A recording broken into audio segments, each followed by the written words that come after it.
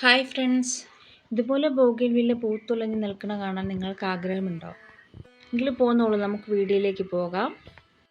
ഈ നടുമ്പോഴുള്ള പോട്ടി മിക്സ് അല്ലാതെ ഞാൻ പ്രത്യേകിച്ച് ഇതിന് പോട്ടി മിക്സ് ഒന്നും കൊടുക്കാറില്ല.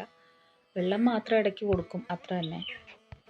ഇതിനായി ഞാൻ ഇവിടെ എടുത്തിട്ടുള്ളത് മണ്ണ്, മണൽ, ചാണകപ്പൊടി, വേപ്പിൻ പിണ്ണാക്ക്, കുറച്ച് കരിയിലപ്പൊടിയും വേണം.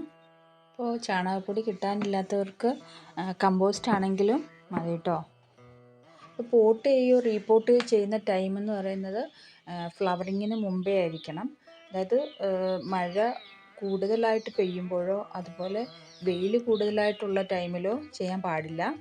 അപ്പോൾ നമ്മുടെ കാലാവസ്ഥ വെച്ച് നോക്കുമ്പോൾ നമുക്കൊരു ഒക്ടോബർ നവംബർ ആ ടൈമിൽ നമുക്ക് മാറ്റി നടുന്നതായിരിക്കും നല്ലത്. കാരണം ഡിസംബർ ജനുവരി ഒക്കെ ആകുമ്പോഴേക്കും ബോഗൺവില്ല ഫ്ലവറിങ്ങിൻ്റെ ടൈം ആവും. അപ്പോൾ അതിന് മുമ്പേ നമ്മൾ ചെയ്യുകയാണെങ്കിൽ ചെടിക്ക് അത്രയും സ്ട്രെസ്സ് കുറഞ്ഞു കിട്ടും.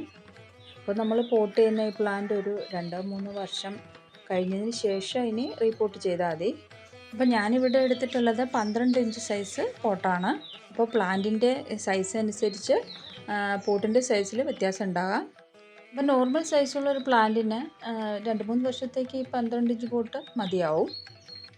അപ്പോൾ അതുപോലെ ഏത് പ്ലാന്റ് ആണെങ്കിലും നമ്മൾ എടുക്കുന്ന പോട്ട് മിക്സ് നല്ല ലൂസായിരിക്കണം. അധികം കട്ടി പിടിക്കാത്തതും അതുപോലെ വെള്ളം നന്നായി വാർന്നു പോകുന്ന തരത്തിലുള്ള ഒരു പോട്ട് മിക്സ് ആയിരിക്കണം. അതുപോലെ പോട്ട് എടുക്കുമ്പോൾ അതിൻ്റെ ഹോൾസൊക്കെ ഒന്ന് ക്ലിയർ ചെയ്ത് കൊടുക്കണം. കാരണം നമ്മൾ വെള്ളം ഒഴിച്ചാൽ നന്നായിട്ട് വാർന്നു പോകുന്ന രീതിയിൽ ആക്കി കൊടുക്കണം. അപ്പോൾ ഞാൻ ഈ സൈസിലുള്ള പ്ലാന്റാണ് റീപോട്ട് ചെയ്യുന്നത്. ഇതിങ്ങനെ കുറേ ആയി ഇങ്ങനെ ഇരിക്കാൻ തുടങ്ങിയിട്ട്.